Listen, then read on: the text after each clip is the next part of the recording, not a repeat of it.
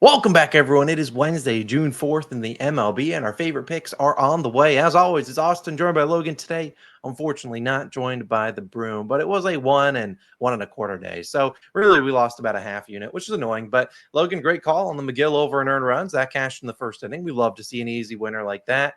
Judge couldn't come through as Pablo Lopez went under as he actually got injured. I probably was still going to go under regardless, but Judge did not get us a hit. And then there was one home run in that Padres and Giants game. Again, we just sprinkle on it, just a quarter unit at plus 500 odds. Just didn't come through. Elliot Ramos had it out for us. But hey, we won't complain too much about that. And speaking of home runs, we did a $25 giveaway yesterday. You guys go down below, comment your favorite player to hit a home run. And our winner, we go and choose one random comment. Joe Buck, 6092. Could it be the real Joe Buck? Maybe. Could be. But he counted Anthony Volpe at plus 800 odds. Great call yesterday. A lot of you guys had a lot of winners. We had some Corbin Carrolls, some Cattell Martes. Both those guys hit 2 bombs. So, again, we appreciate you guys for commenting. $25, Joe Buck, 6092. Let us know how we can pay you. Either way, we need to dive back into Wednesday's slate. Logan and I each have our favorite individual pick. There is no long shot in today's video, but we'll talk at the end of the video about some other leans that we had. But again, only going to do 2 picks. Hasn't been our great season. Let's get on a roll before we start betting the card again. But Logan, we're going to turn it to you. You've been on a heater in the first 5 picks, and word on the street is you got another one today. Where are we going? I do. The first 5 picks have absolutely been printing. I'm going to take an over. I'm taking the Orioles and Mariners first 5 innings over 4.5 minus 125 odds on FanDuel.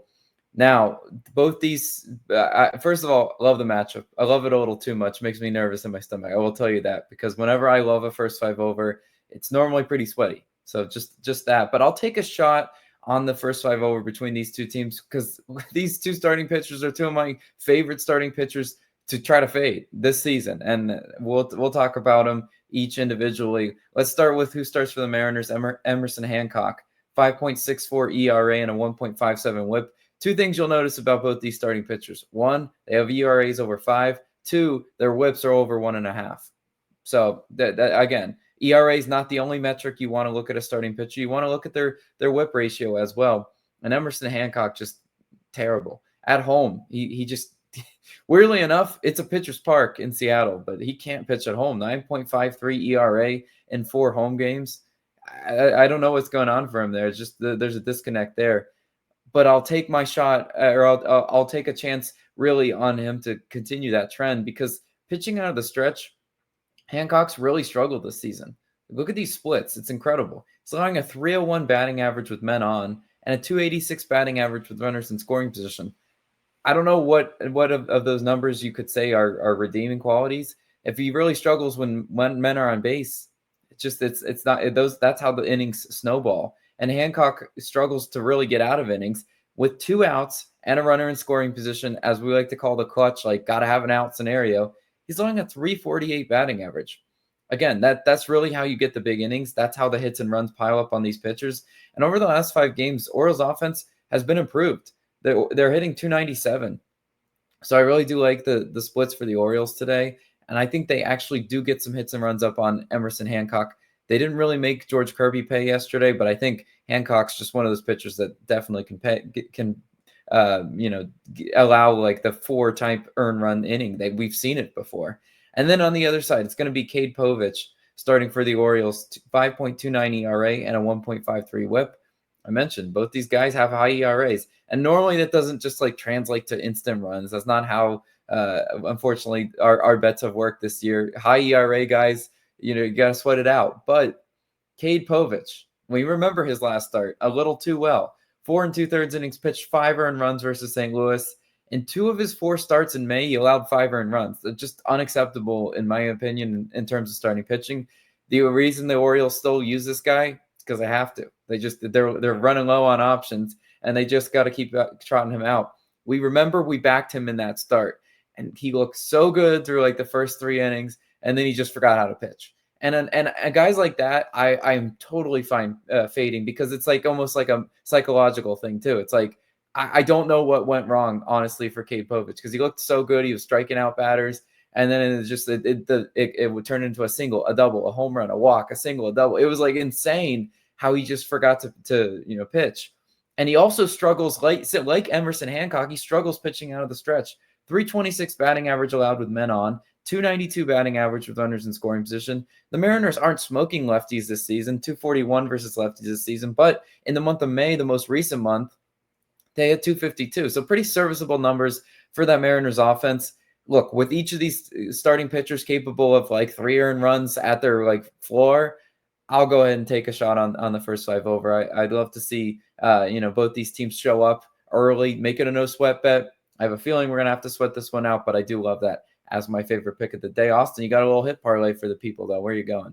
Yeah, won't be including Aaron Judge or Stephen Kwan, 2 guys who I bet you get a hit today, but I refuse to back Aaron Judge again after he got walked twice yesterday. That pissed me off. And then Stephen Kwan, you already know my gripe with him. Although he will get a hit. He has really good splits.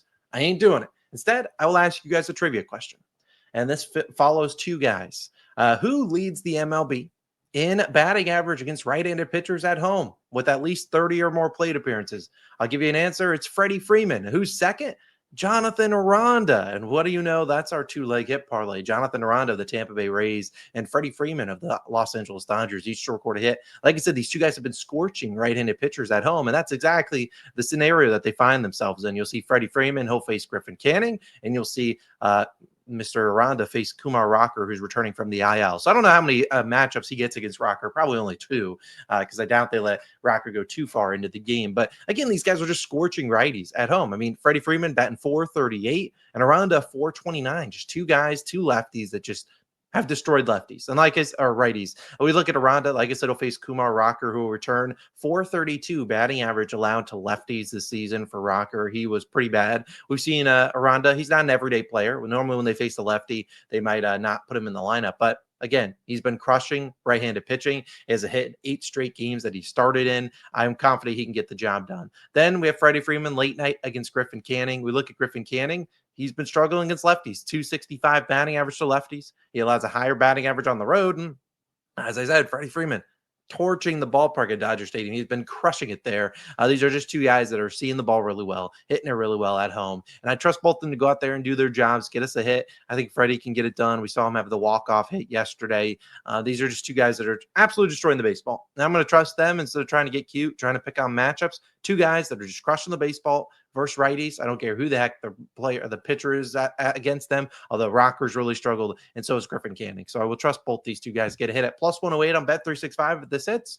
We do walk away with a winning day, regardless of Logan's pick. Might be a small one, but we'll take anything we can get. I really like this hit parlay. But we only have 2 picks. There are no unders in home runs, but I'll bring on Logan, and we'll talk on some other leans that we had. To speak of the no home run, I looked really close at that the Cardinals and Royals game yesterday, 17 runs in that one. Miles Michaelis hasn't given up a ton of homers, which is good.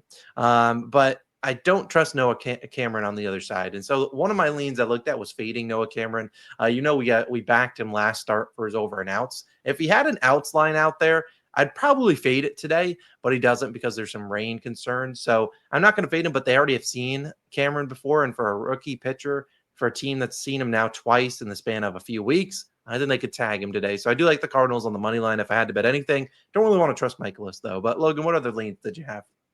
Yeah, I mean, kind of in a good value bet, in my opinion, was Jack Caglione. Everyone took him yesterday. Everyone was so excited for his debut. He went 0 for 5 yesterday. I got the Gators polo on, so I'm actually channeling really good vibes for him to get 2+ bases. I really looked at that. If honestly, if you and I had a better season this year, we could take more shots on guys like that with a good, like almost +150-ish type value for bases. He doesn't have a major league hit yet. He had several hard hit, like high exit velo type hits yesterday. One looked like it was going to drop for extra bases. It just didn't. It was a good play by the center fielder. So I just think he's a good look. I also kind of like talking about pitcher props because yesterday we had a no sweat with McGill. Mick Abel of the Phillies. This is a tough one because it is his first road start, but I like his under and earned runs. I mean, I think this guy is very talented. That 9 strikeout game to the Pirates, everyone's going to come out and say, well, that was to the Pirates, but he still really looked comfortable up there. And this Blue Jays lineup doesn't threaten me at all. Yes, they don't strike out a whole lot, but again, I don't think they're going to leave him out that long. I think 5 innings is about what he's going to go in this one. And really, you just ask yourself, are the Blue Jays really going to tag him for 3 through 5? I don't think it's going to happen. So those are a couple player prop leans that I had.